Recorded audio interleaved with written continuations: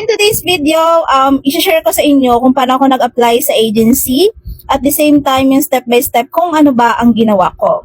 So first, nag-chat muna ako sa old agency ko. So bumalik pa rin ako sa dati kong agency. So doon pa rin ako sa Placewell International Services Corporation. So doon pa rin ako nag-apply, which is, ang galing kasi pagka-chat ko kay Madam Racine ay nag-reply agad siya and pinareport niya agad ako sa office. Ayan, chinat ko siya nung Martes, so that's August 5.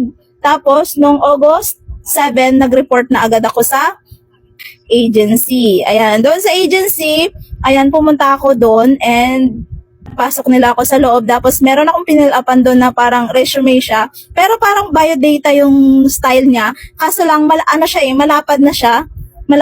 Parang 4 pages siya. Tapos nandoon na lahat ng information na kailangan mo fill upan, yung experience mo, yung kung may medical condition ka. So yun, fill upan mo yun doon lahat para i-attach nila yun sa mga papers mo.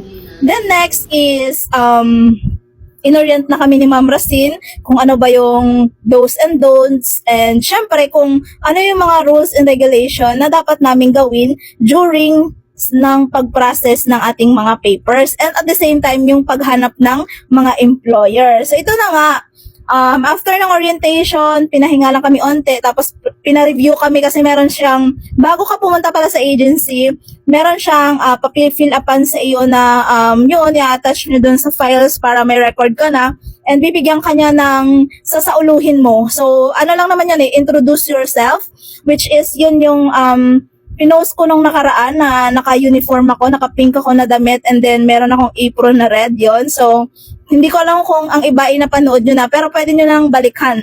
Ayan, pwede nyo yung balikan kasi andyan lang yan sa unahan ng mga video. Yan, makikita nyo yan agad na ini-interview ako, nakaupo, tapos nakaganyan yung kamay ko sa aking legs.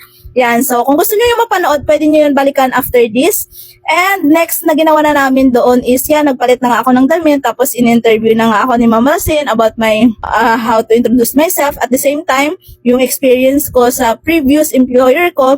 And yun, since wala naman akong COE na kinuha doon sa amo ko for 4 years, ayan, hindi ko yun naisip kasi hindi ko rin alam na babalik ako sa Hong Kong for the second time.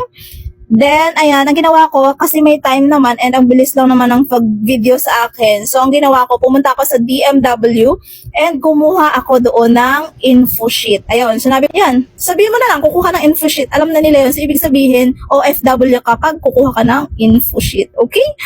Mabilis lang pala kumuha ng info sheet doon sa DMW. Napakadali lang. Kasi pag nag-fill up ka ng papers, wala kang pila doon. Ang bilis lang. Wala pang 20 minutes. Nakuha ko na agad yung info sheet, tapos lumabas na ako and umuwi na. And after that, nung umuwi ako, ayan, merong agency na nag-chat sa akin and tinawagan niya ako. And at the same time, nakausap ko din agad-agad yung first employer na nag-interview sa akin. Guys, ayan, thank you so much sa panonood ng video na to. And stay tuned kasi marami pa po akong videos na gagawin.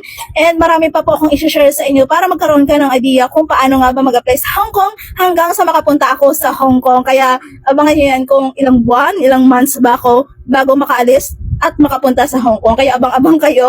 So sa mga gusto dyan mag-apply guys, i-message nyo dyan si Ma'am Racine para magawa nyo na kayo ng application account nyo, or magawa nyo na kayo ng sarili ng account para mapasa na doon sa agency SEM. Okay, mag-alala kasi kahit sa iba-iba kayong lugar, marami silang branches, basta sabihin nyo lang sa kanya kung nasaan kayo. Ayan, so mahaba na tong video na to, kaya see you once again sa aking video. Bye!